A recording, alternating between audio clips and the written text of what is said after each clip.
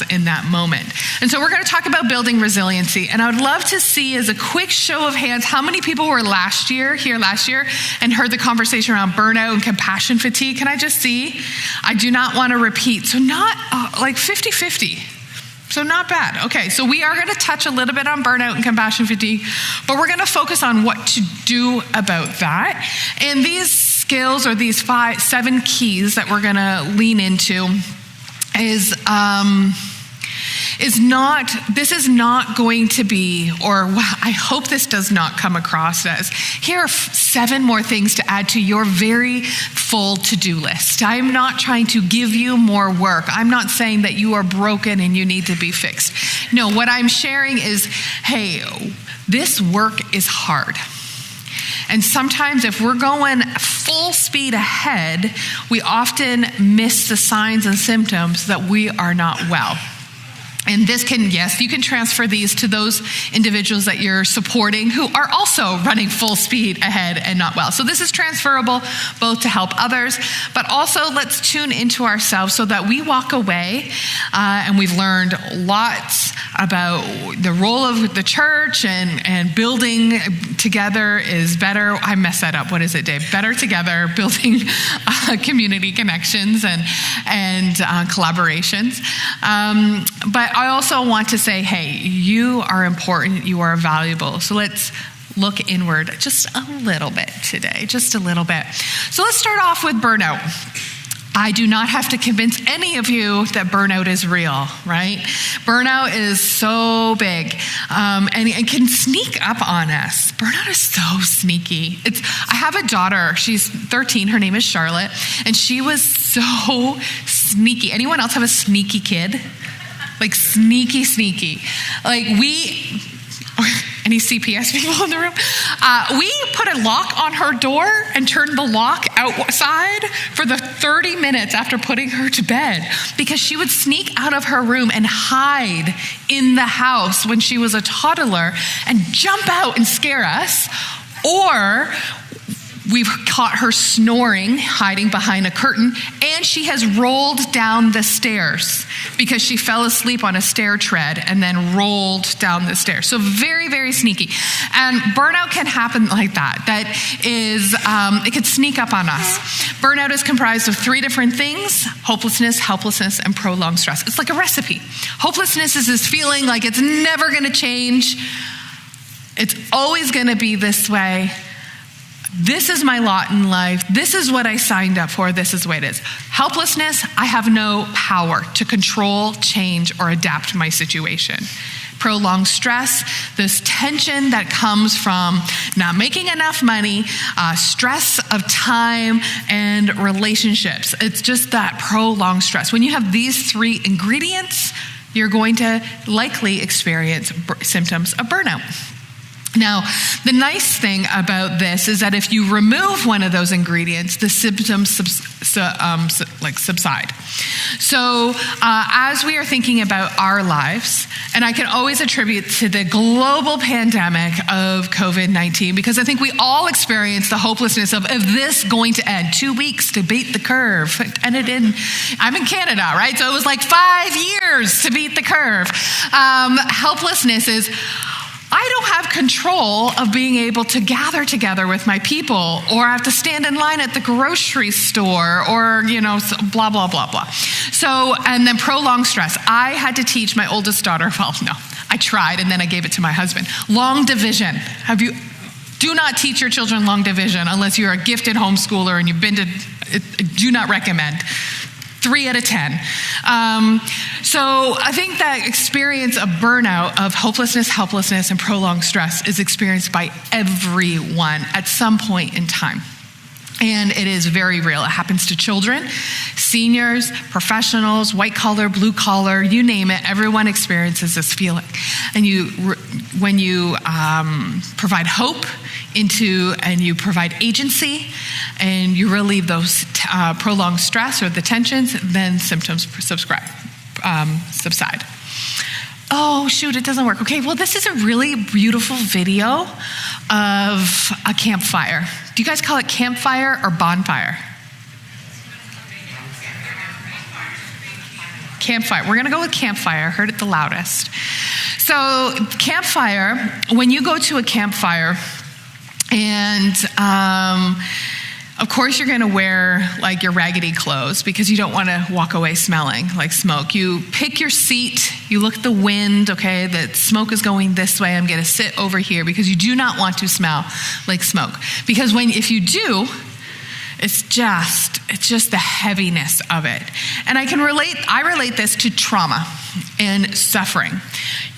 When you go towards, when you're working in the vicinity of suffering and trauma, which many, if not most of us are, that no matter how hard we try to avoid being impacted the suffering, we're going to be. Trauma is sticky, like smoke from a campfire. Like smoke, your hair just reeks, your eyes burn. If you lay on your pillow and you don't shower before going to bed, you wake up and then the smell is transferred to the pillow. That is very similar to trauma and suffering. When we're around it, it weighs on our mind. It impacts how we see the world. It's a overbearing feeling. And if we don't deal with this, we can transfer it to other people by sliming them with all our trauma stories. If you are married to someone who also works in this, it can be very easy to debrief and just slime people with their trauma stories. And so when you are in this field, it is a workplace hazard to experience compassion fatigue or vicarious trauma because it's just, we're saturated in it. We're swimming in seas of trauma some days. My husband is an insurance guy. And when you are working in insurance, you are constantly talking to people who are buying houses and boats and cars and like second homes and cottages. And so this is my husband's workplace. And my workplace is working with those who are struggling with housing and trauma and addictions and mental health and food insecurity. So our conversations when we get home are very interesting. How was your day at work? Oh my gosh, it was so busy. I had 6 people buy a boat this weekend. It's varied. And I was like, I had 4 people who, lost their house and don't have any food. So our conversations are very interesting. And so it just seems to be, when we're in this work, it may become normal to us, but it actually is, you're surrounded by quite a lot of suffering. So in this conversation, we want to be able to build strength, to be able to withstand some of that sticky trauma.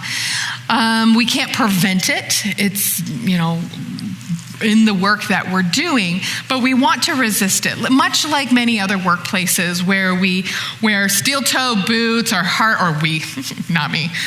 they wear steel-toe boots and hard hats and vests to try to prevent themselves from getting harmed in the work. We also want to be able to prevent ourselves from getting harmed in our work. And we want to be able to do that well. So resilience, we're going to be talking about resilience.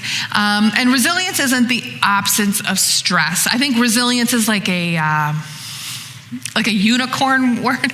It's kind of like work-life balance. Does it exist? And is it even possible? It's a little cliche, but I do think that we can build resilience like a muscle. And it is not the absence of stress, it's actually the rate of recovery. And it's how are we able to bounce back or bounce forward after we've experienced loss or struggle or suffering. And there are 7 keys that I want to walk through, 7 keys to resilience, and we're going to go through these one by one. So if you are a note taker, we will walk through these one by one. So you do not have to rush in writing these all down. I won't go into depth for each one. That would just take too long.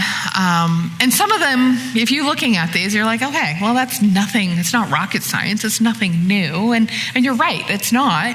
But these are good reminders because we can forget that it's the simple things in our life that really make a long-lasting impact. So these keys to resilience are not things that you must do. They are not things you have to do. These are exercises to build your resilience muscle.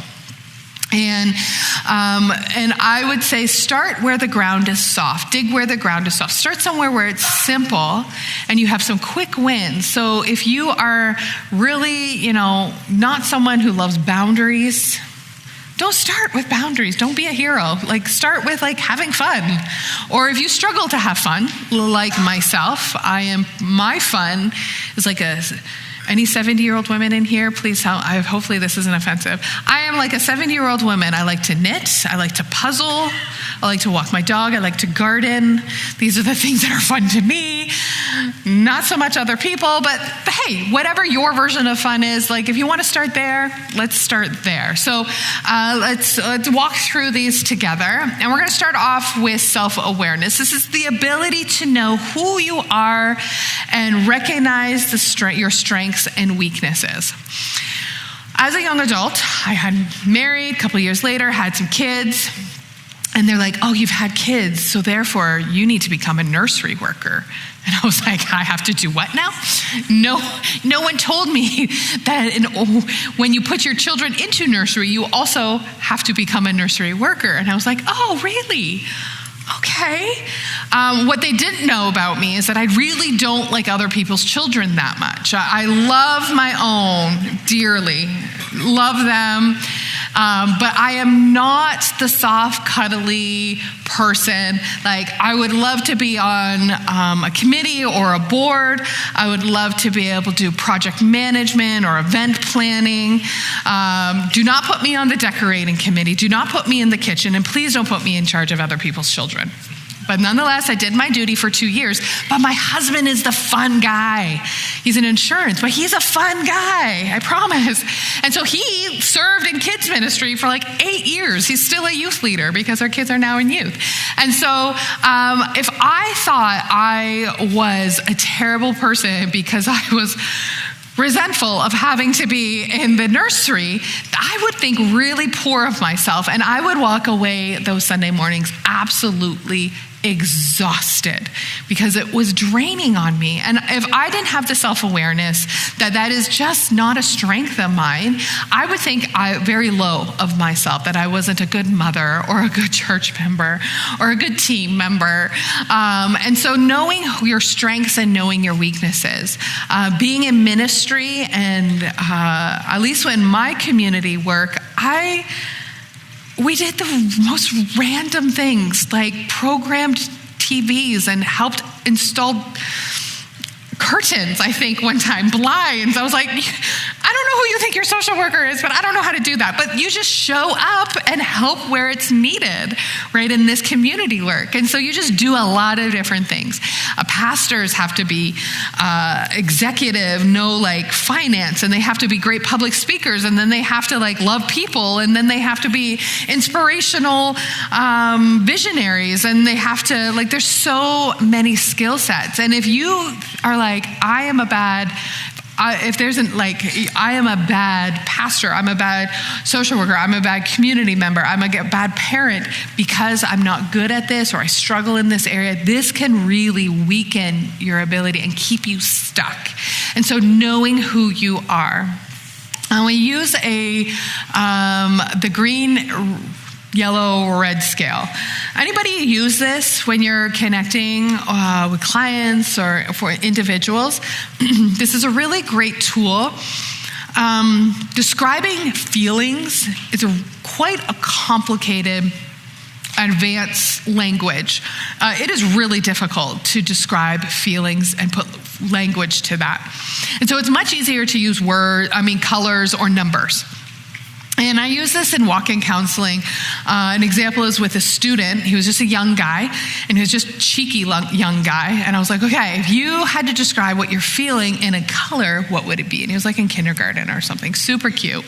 And his parents, my mom, I think, brought him into walk-in counseling because he was just really struggling. And he was like, I'm purple. And I was like, dude, purple's not on the thing.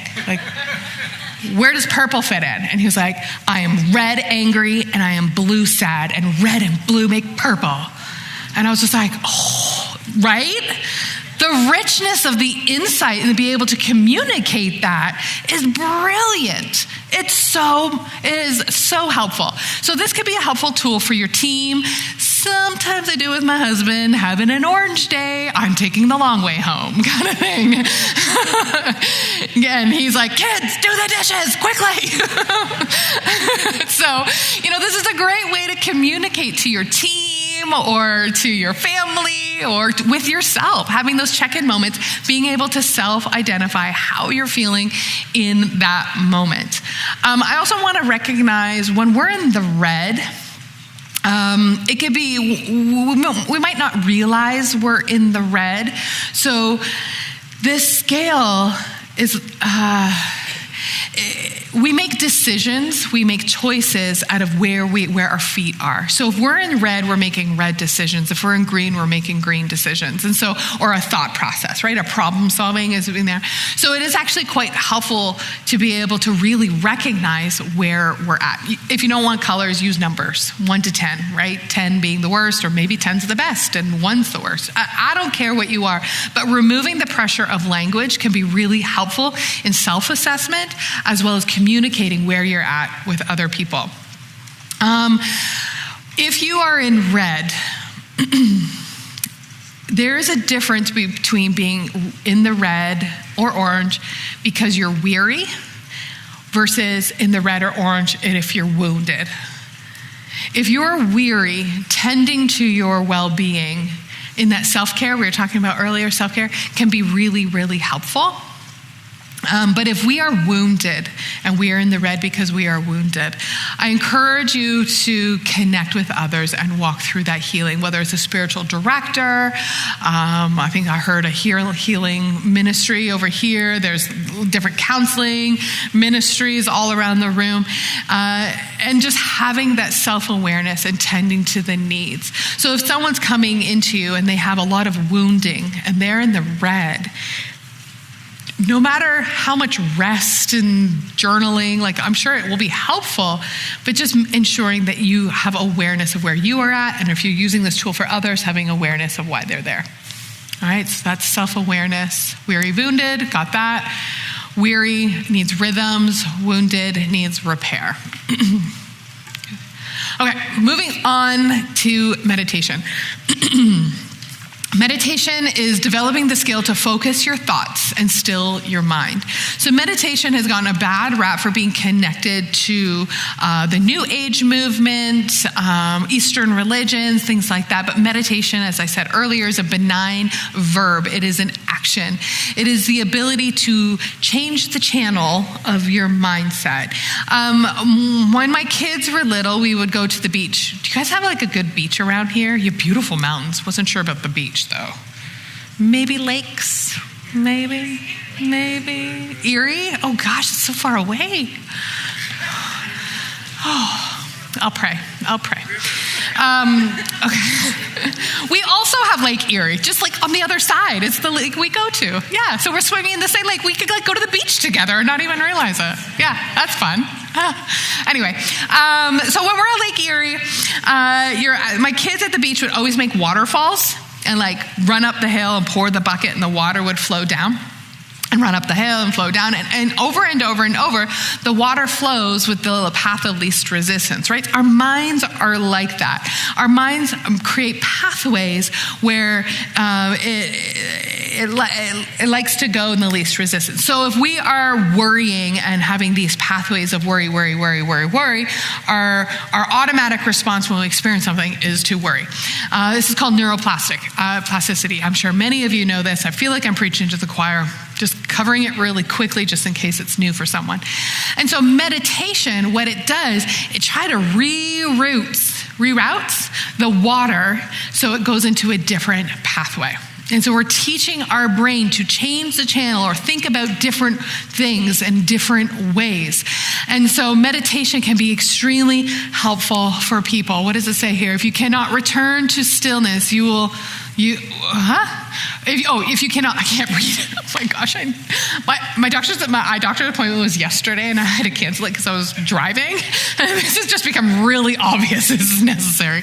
Okay, if you cannot return to stillness, you would live in reactivity. Absolutely. So we want to be able to have control of our mind and change the channel or change the pathway, because we want people to be able to have control and live in stillness and not automatically go into those destructive pathways.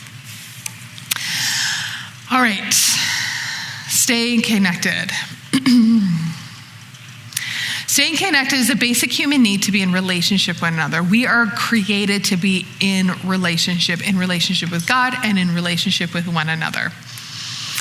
And the very first thing that we do is isolate when we're struggling. And we do it for a number of reasons. We don't want to be a burden on other people. We don't want to be, the party pooper, negative Nelly, I don't know what you call it. We don't want to be that. So we just isolate ourselves. Also, there could be a lot of shame and embarrassment around what we're experiencing because we feel less than. We see that in the Bible, right?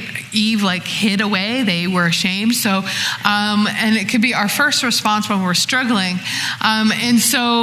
But it exacerbates burnout, that hopelessness, helplessness, and prolonged stress, especially in the prolonged stress piece.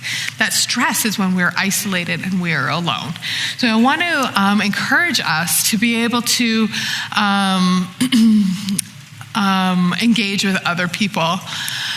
Resilient caregivers are not independent, they are supported. So in order to be able to rebound or bounce back or bounce forward, we are in relationship. This is why supervision and accountability is so important. It's so valuable. It is so, counselors need counselors. Anyone else seeing a counselor? Yes. No? Me? Okay. Counselors need a counselor. And it's really, really valuable to be able to have someone else, trusted people, to be able to connect together. I was just talking with Rachel back there about, is it Shalem? Samaritan. There's a Canadian company called Shalem. So Samaritan. Samaritan, about how they have clergy well-being groups, that they come together and connect and are open together and are able to engage and support. Down here at my table, when we were having those table conversations, they were having community pastors prayer breakfasts on Wednesdays where they would come together and share the struggles of each other. It is so valuable to have that. I'm preaching to the choir. You all know this, but are we doing this? This is the hard thing. It's really hard. It takes a lot of intentionality. Whenever I'm feeling lonely, I always think of I'm pretty sure it's a proverb. If it's not, please correct me. He who wants friends must first be friendly. Whew. We often say, oh, no one's friends with me. I have no one to talk to. But how are we showing up as a friend and available for others as well? Reaching out and saying, hey, can we go? Having that peer support. I want to walk through the concept of debriefing. Debriefing can be a really powerful thing, but we don't want to pass along the trauma. And so here, anyone heard of low impact debriefing? It's a way to connect with other people and share the burden of caregiving without breaking confidentiality or sliming our colleagues or our spouses. So debriefing, low impact debriefing is 4 steps. And I am old enough to remember. Do you guys have Dairy Queen down here? Yeah. Oh, yeah. I hear you. Amen, brother. So there's these things that you would drop a coin in, and it would go around and around and around to the bottom. Did you guys have those there? Yeah. Okay, cool. I'm getting nuts. Yes. It works. Okay, so think of that coin as the story that you're debriefing, and you're going around and around and around. In the center is all of the trauma, juicy, graphic details of the story. We are going to start our story on the outside, and I am jumping right to number 4. We're going to get to that analogy in a minute. Let's start with number 1, shall we? I had a Diet Coke at lunch, so I had caffeine, and I had a chocolate. So this is why I'm a little excited. And I'm trying to keep your attention. Hopefully it's working. So when we're doing low-impact debriefing, we're going to start with number 1. And it is really self-awareness. It's discovering, why do we need to connect? Sometimes when we connect with people and we need to debrief, it's because we need reassurance that we did the right thing. It was stressful, and I just need to make sure that I did the right thing. Did I miss anything? Did I approach this correctly? Sometimes debriefing is you need ideas. This person came up to me and they were like completely overwhelmed and they were crying. I didn't know what to say. This is what I said. Any ideas that I can go back to them? So sometimes you need ideas for debriefing. Sometimes it's triggering and it's just so overwhelming. I met with someone in the hospital and I was at their bedside, and it happened to be the same room that my mom was in when she was struggling, right? It triggers something in us. And so knowing what you need from that conversation is really, really important. You're not just saying, hey, do you have a minute? Not waiting and walking in and just like dumping on the person. So just having that awareness. So that's step 1 when you are debriefing with someone. Step 2 is fair warning. You're letting people know what is happening. Like, hey, could I talk to you? I had a hard conversation and I would love to be able to talk it out with you. You need to give someone fair warning. What fair warning does is it allows the person to have boundaries. And then you don't have to feel bad for taking up their time. You don't have to feel bad for sharing your story. You don't have to feel bad. You're saying, hey, this is what I need to talk to you about. Do you, this might be difficult. I had a coworker who, and this kind of bleeds into consent. So let me go consent and then I'll share the story. Consent is saying, is this okay? After giving that, do you have time? Do you have capacity? Are you comfortable with me debriefing with you? There's 2 situations. My coworker is really quite sensitive. Her name was Sue. She was really sensitive to animal issues. Her and I both worked in housing for a period of time, and she can handle all the hoarding conversations. She could handle all of the CPS conversations. She could handle all of it. But as soon as an animal was involved, that was her limit. So she goes, as long as it doesn't have to do with animals, I'm good. Let's go. Let's talk. Connecting with my husband at the end of the day, he was just like, no, I have a big day. Can we at least just wait till after dinner or after the kids go on to bed? So it allows someone to have boundaries, and we're respecting that role. So we need to have self-aware, we need to communicate what we need, and we need to ask permission. Those are the first 3 steps. Then the 4th step, back to the coin thing. So put the coin in at the top. That's our story. So we start our story at the outer edge, as far away from the graphic details, away from the trauma, and slowly work our way into the center until our needs are met, because we have self-awareness of what we're needing, and as far away as revealing confidentiality and sliming the other person. And they are able to help navigate the pace of this story. And so I was on a committee for something. I don't know what the committee was. Sometimes you're voluntold in work to join committees, and you're just like, sure, I'll show up at this place and get a free lunch and be a part of a committee. And it was one of those, but on the committee, I think it was victim witness, and I was part of the mental health, I was a representative for the mental health organization. But there was police officers and the DA, district attorney, I don't know, we call them crown attorneys, I think it's your district attorney. And they were all in there, and they were going through the most graphic details because they were so desensitized to the trauma.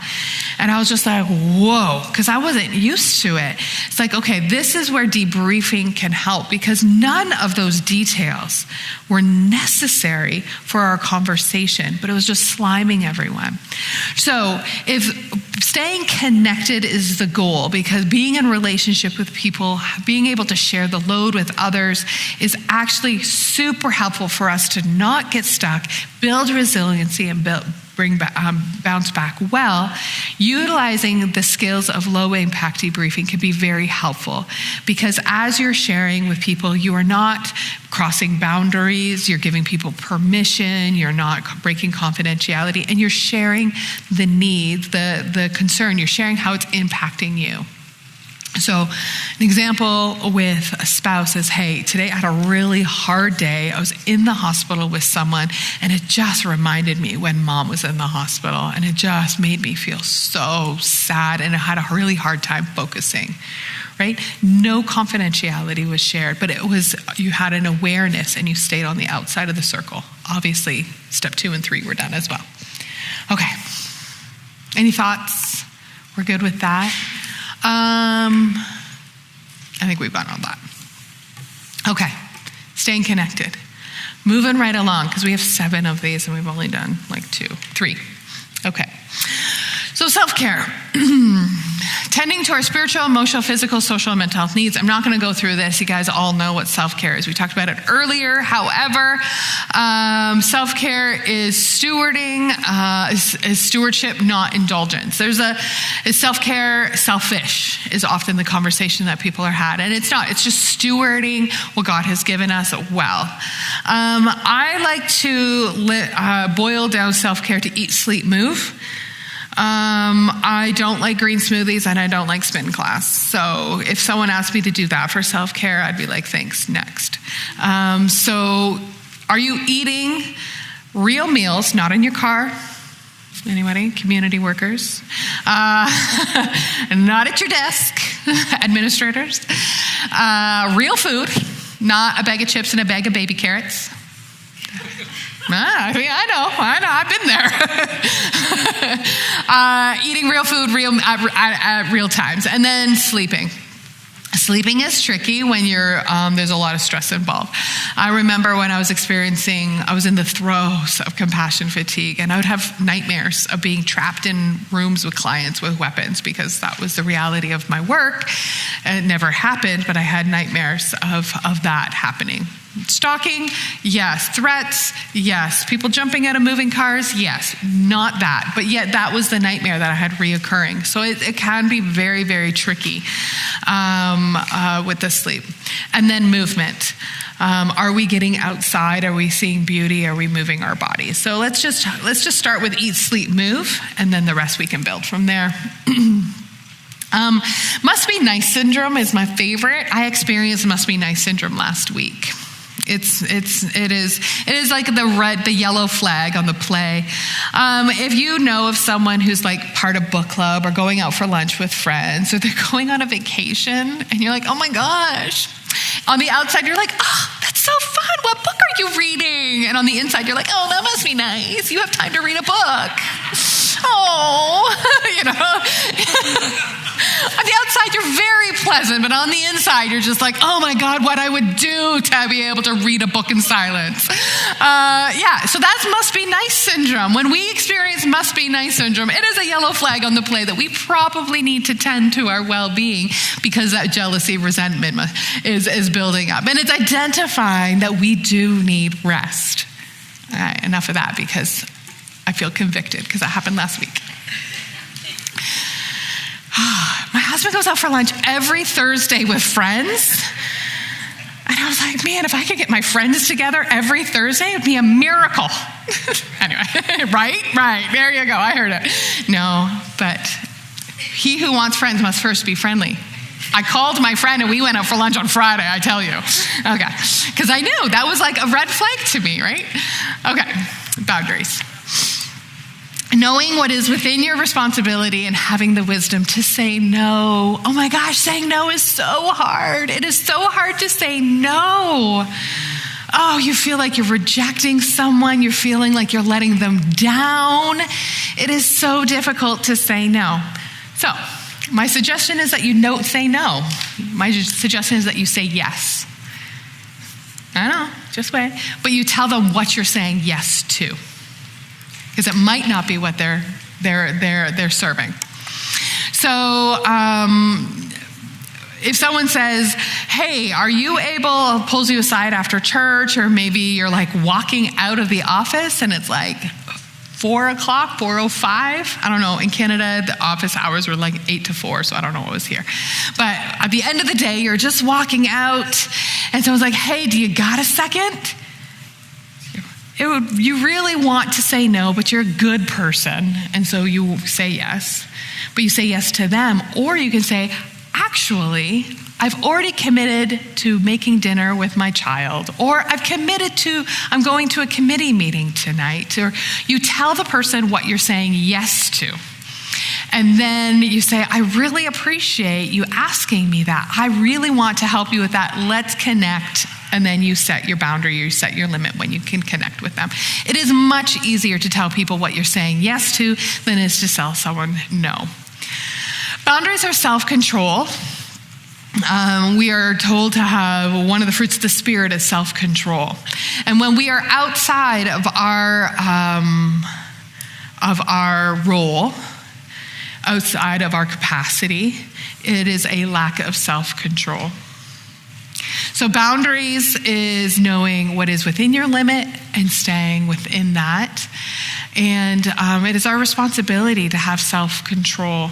And if we are wanting to insert ourselves into someone else's life and issue, then we are not showing boundaries. If someone wants to get inside of our life and issues, they are not showing boundaries, and we need to have self-control to have self. Now, boundaries aren't super rigid in that they're not like walls that you put up and they're rigid. They're fences with gates. Right? They're fences with gates, and you can, when is it appropriate to come through? Obviously, we're all listening to those who are believers are listening to the Holy Spirit as to when this is a prompting and an opportunity to serve someone, but it is not wrong to have boundaries. Exodus, Jethro is in the Bible. There's a story of Moses when he was traveling through the desert. He left Egypt. He was in slavery, traveling through the desert. If anyone's doing Bible in the year, I'm doing it with my daughter, and they're just about getting the promised land right now if you're doing Bible in the year. But so this is fresh in my mind. And Moses is leading like 2 million people walking in the desert. Like, talk about herding cats. Like, just come on, people, let's go. And so we're leading people through the desert. Jethro is Moses' father-in-law. And he is just like, look, this is chaos. This is too much. This thing is too heavy for you, I think one translation says. And you need to appoint people to help you and support you and delegate. And so I just think about that and how wise that is for us to be able to appoint other people to come alongside and help you so that what you are called to do, you can do it well. Because there was no way that Moses could sit and judge, which is what he was doing from sun up to sundown every single day. He wasn't able to hear the voice of God and seek his direction and all of those things that God was calling him to do, and only he could do because he was busy tending to the people's needs, because the people expected it, the people needed him. There were so many needs that they had at hand. There's just so much coming at him, and he was doing the next thing in line, the next fire that was presented. And so Jethro, in his wisdom that father-in-laws can bring, is like, dude, you have to delegate this. This is too much for a human being. And so I'm just, maybe a reflection moment is like, are you doing too much? Are you taking on the responsibility of other people, and it's preventing you from doing the thing that God is calling you to do?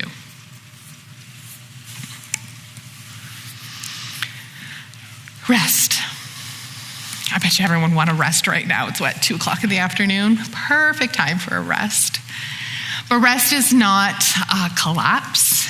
It is not eating an entire box of Oreos and binging on Netflix. Although I was very tempted last night because you guys have Oreo flavors that we do not have in Canada. And I was at Walmart last night. Very excited. I'm going to have to tell my kids that only 3 rows come in a pack when I get home. So rest is not collapse. It is recovery. It is intentional. It's still active. Rest is still active. Is that all I had right there? Yeah, it's honoring the need for having emotional, physical, social rest. And all the introverts said amen to the social rest. Absolutely. It's knowing if you do not have rest in your life, then you will have a harder time getting out of those sticky spaces and the exhaustion spaces. And rest is holy. We were actually commanded to rest. Rest is work. I struggle with rest. I don't know if it's undiagnosed neurodivergent issues or mother or just genetics or what it is, but it is very hard to rest. It is, at least I find it very hard to rest. It takes 3 days or something like that, 2 days to get into vacation mode when you're in vacation. And it's so uncomfortable. For me, it's very anxiety provoking. And then the last one is having fun. Having fun is, we often don't think of having fun as being a skill or an exercise to build resilience, finding joy and pleasure in life. If you are like myself, where you're like, I am not, no one has been like, oh, Laura, she's super fun. Yeah. If you're like me and no one has ever said that in your life, go back to think of what you did when you were 8 years old. What did you do when you did 8 years old? Did anyone play Lego? Build forts? Ride your bike? What did you do when you were 8 years old for the pure enjoyment of life, for doing something fun? And it is very, very, very soul restorative to have fun. If every conversation in your life is about crisis, your nervous system will live in crisis. Oh, that's ouch. I'm curious, okay, most people in here, are you caregiver for work? Raise your hand. And caregiver and volunteer? Second hand? Yes, many people are both caregiver at work and your hobbies. You're volunteering somewhere as a caregiver. And then when you go home, you might be a caregiver. So if all of your life is caregiving, it can be very, very exhausting. And you're probably really good at it. So people ask you to do more of it. So please carve out a time in your life where you can enjoy beauty, you can enjoy fun, and it's not connected to a task or an accomplishment or a productivity. So people often ask, where did you get the name Hope Made Strong? And Hope Made Strong, I was thinking of a song that's probably a decade old, and it's probably based on a scripture, about the weak made strong. And I was like, I don't want to focus on weakness. It is so easy to gravitate towards weakness, but let's focus on hope or potential. And hope is comprised of two different things. I forget the researcher. I have it in my notes, but I forget who it is. The name's not coming to me right now. But hope is actually comprised of two different things. Both the willpower, like this is possible. We could do this. But it's also the way power. If you give someone like, you can do this, you're so great, but you don't give them steps, it would be really frustrating. They don't know where to turn, how to do this. But if we're giving people the steps on how to do it, it can be really, that's where the magic is with hope, is that it's both the willpower, God has a plan for your life, you can do this, but it's also the way power, or here are the steps to do this. And so my goal today with talking about resilience, it is not rocket science. It's not something you haven't heard before, but it is a good reminder that there is hope. If you are living right now in burnout, or you're experiencing the depths of compassion fatigue, there is hope. And it's not just saying that because you can do it, but also here are the 7 keys that can give you the way. Start where the ground is soft. Pick something that is fun, that is easy to do, and build up momentum and build those resiliency muscles over time. So thank you so much. I appreciate your patience today, listening to something you've probably already heard, but I hope this is a good reminder for ongoing. We are going to transition into, is it conversations again?